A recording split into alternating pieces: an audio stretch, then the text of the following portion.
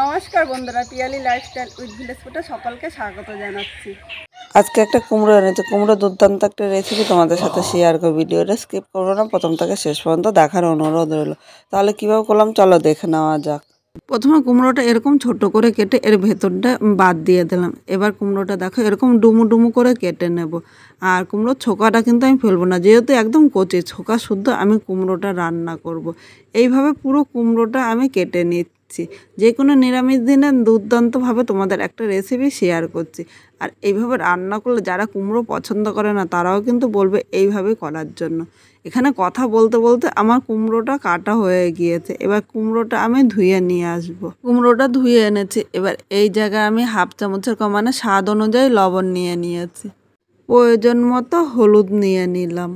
Half চামচেরও কম কাশ্মীরি লঙ্কার গুঁড়ো নিয়েছি। এটা কিন্তু কোনো ঝালের জন্য না, শুধুমাত্র কালারের জন্য নিয়েছি। ইচ্ছে করলে তোমরা স্কিপ করতে পারো। এর সাথে নিয়ে নিলাম 1 চামচ বেসন। এখানে বড় চামচের 1 চামচ বেসন দিয়েছে, আর ছোটো চামচ হলে 2 চামচ বেসন দেবে। এখন সব কিছু একসাথে এইভাবে মেখে নেব। এখানে বেসন দেওয়াতে এই কুমড়োর বাইন্ডিংটা কিন্তু খুব সুন্দর হবে। কচি কুমড়ো এমনি ভাজতে গেলে কিন্তু কুমড়োটা একদম গলে যাবে। এই বেসন দেওয়াতে কিন্তু কুমড়োটা এখানে একদম গলবে না। এখানে দেখো সব কিছু ভালো করে মেখে নিয়েছে। এখন এইভাবে কুমড়োটা এক সাইডে 5 মিনিট রেখে দেবো। এবার আমি মূল রান্নায় চলে আসলাম। এখানে কড়াই বসিয়ে দিয়েছি। কড়াইয়ের মধ্যে আমি তেল দিয়ে দিলাম। প্রথমে তেলটা অল্প গরম করে নেব। তেলটা অল্প গরম হয়ে গিয়েছে। এবার এখানে আমি বড়িগুলো নিয়ে নিলাম। প্রথমে অল্প তেলে এইভাবে বড়িটা ভেজে নেব। আর বড়ি ভাজার সময় উনানে আগুনটা মিডিয়াম টু হাই দিতে হবে। মিডিয়াম টু হাই দিলে অল্প তেলে কিন্তু বড়িটা লাল করে ভেজে নিতে পারবো। এখানে বড়িগুলো ভাজা হয়ে গিয়েছে। এবার বড়িগুলো আমি তুলে নিলাম। কড়াইতে আবারও তেল দিয়ে তেলটা গরম করে নিয়েছি। এবার এখানে কুমড়োটা যে মেখে রেখেছিলাম এই তেলের উপরে আমি নিয়ে নিলাম। প্রথমে আমি এই তেলের সাথে কুমড়োটা নেড়ে চেড়ে মিশিয়ে নেব। এখন কিন্তু মিডিয়াম টু হাই আগুন দেবো, কারণ একদম লো আগুনে কুমড়োটা ভাজতে গেলে কুমড়োটা গলে যাবে। আর এর সাথে যেহেতু বেসন দেওয়া তার বাইন্ডিংটা কিন্তু খুব সুন্দর হবে, সহজে কিন্তু কুমড়োটা গলবে না। এখানে তেলের সাথে নেড়ে চেড়ে মিশিয়ে নিয়েছি। এখন আমি ঢাকা দিয়ে 3 থেকে 4 মিনিট রান্না করে নেব।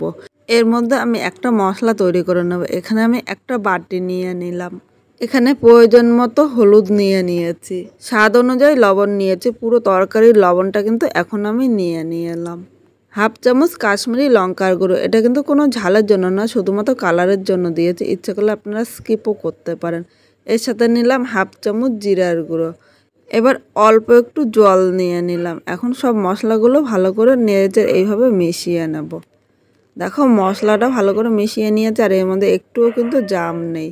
এবার এই মশলাটা এইভাবে 5 মিনিট এক সাইডে রেখে দেব। এদিকে ঢাকনিটা তুলে নিয়েছি। আর কুমড়োগুলো দেখো ভাজা হয়ে গিয়েছে। একটা কুমড়ো কিন্তু গলে যায়নি।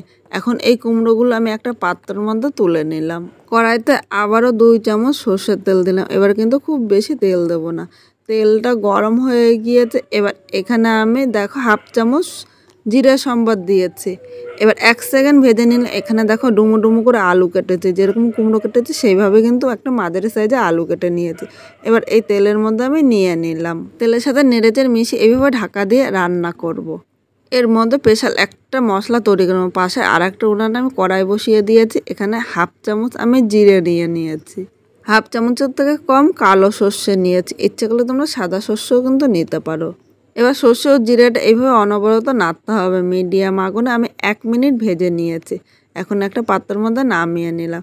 এখন গরম গরম কিন্তু এটা বাটবো না, এটা ঠান্ডা হলে পাটার মধ্যে আমি বেটে নেব। এদিকে আলুটা কিন্তু হালকা লাল করে ভাজা হয়েছে, এর থেকে বেশি ভাজবো না। এবার এই জায়গায় দেখো 1 চামচ আমি আদা কুচি দিয়েছি। এই আদা কুচির জায়গায় তোমরা কিন্তু আদা বেটেও নিতে পারো। এবার এই জায়গায় সামান্য একটু জল নিয়ে নিলাম, নাহলে কিন্তু নিচে দিয়ে আদাটা ধরে যেতে পারে। এবার এর সাথে আমি মাঝারি সাইজের একটা টমেটো কুচি দিয়েছি। এখন আমি এর মধ্যে সামান্য একটু লবণ নিয়ে নিলাম। এবার আদা ও টমেটোটা 2 থেকে 3 মিনিট কষিয়ে নেব। 3 মিনিট কষিয়ে নিয়েছি। এবার এই জায়গায় আমি প্রয়োজন মতো হলুদ নিয়ে নিলাম। এখন হলুদটা এর সাথে নেড়েচেড়ে মিশিয়ে আরও 2 মিনিট ভেজে নেব, তাহলে হলুদের কিন্তু কাঁচা গন্ধটা থাকবে না। এখানে দেখো আলুটা কিন্তু ভেজে নিয়েছি, আর টমেটোটা কিন্তু অনেকটাই নরম হয়ে গিয়েছে। এবার এখানে যে মশলাটা আমি তৈরি করে রেখেছিলাম মশলাটা নিয়ে নিলাম। বাটির গায়ে অল্প মশলা লেগেছিলো, তাই বাটিটা ধুয়ে সামান্য জল দিয়ে দিলাম। এখন সব কিছু নেড়ে চেড়ে মিশিয়ে মিডিয়াম আগুনে 2 থেকে 3 মিনিট কষিয়ে নেব। আর মশলাটা যত কষানো সুন্দর হবে এই কুমড়োর তরকারিটা কিন্তু খেতে ততটাই ভালো লাগবে। এখন আমি ঢাকা দিলাম, এই ঢাকা দিয়ে আমি মশলাটা কষিয়ে নেব। 2 মিনিট কষিয়ে নিয়েছি, এখন ঢাকনিটা তুলে নিলাম। এখানে দেখো টমেটোটা কিন্তু মিশে গিয়েছে আর কালারটা কিন্তু দারুণ এসেছে। এখানে আলুটাও সেদ্ধ হয়ে গিয়েছে। এখন আবার মশলাটা নেড়ে চেড়ে একটু মিশিয়ে নিলাম। এবার এই জায়গায় যে কুমড়োটা আমি ভেজে রেখেছিলাম এর সাথে আমি নিয়ে নিলাম। এখন আমি 2টো কাঁচা লঙ্কা চেরা নিয়েছি। এখানে কিন্তু আমি কোনো লঙ্কা দিইনি, তোমরা ঝাল যেরকম খাবে সেই হিসাবে লঙ্কা দেবে। লঙ্কাগুলো প্রচণ্ড ঝাল তাই আমি 2টো নিয়েছি, তোমরা এর কম বেশি কিন্তু নিয়ে নিতে পারো। এখন সব কিছু নেড়ে চেড়ে মিশিয়ে আরও 1 থেকে 2 মিনিট কষিয়ে নেব। এখানে 2 মিনিট কষানো হয়ে গিয়েছে। এবার এই জায়গায় সামান্য একটু গরম জল দিয়ে দিলাম। আলু ও কুমড়োটা কিন্তু আলাদা করে ভেজে নিয়েছি, তাই খুব বেশি জল দেবো না, তাহলে কিন্তু কুমড়োটা একদম গলে যাবে। অল্প জল দিয়েছে, আর চেষ্টা করো তোমরা একটু গরম জল দিতে। গরম জল দিলে আলু ও কুমড়োটা তাড়াতাড়ি সেদ্ধ হয়ে যাবে। ঠান্ডা জল দিলে কিন্তু শক্ত থাকবে, তখন খেতে ভালো লাগবে না। এখন নেড়ে চেড়ে মিশিয়ে নিয়েছে, এখন কিন্তু ঢাকা দেবো না, ঢাকা দিলে কুমড়োটা একদম গলে যাবে। এইভাবে আমি 2 থেকে 3 মিনিট রান্না করে নেব।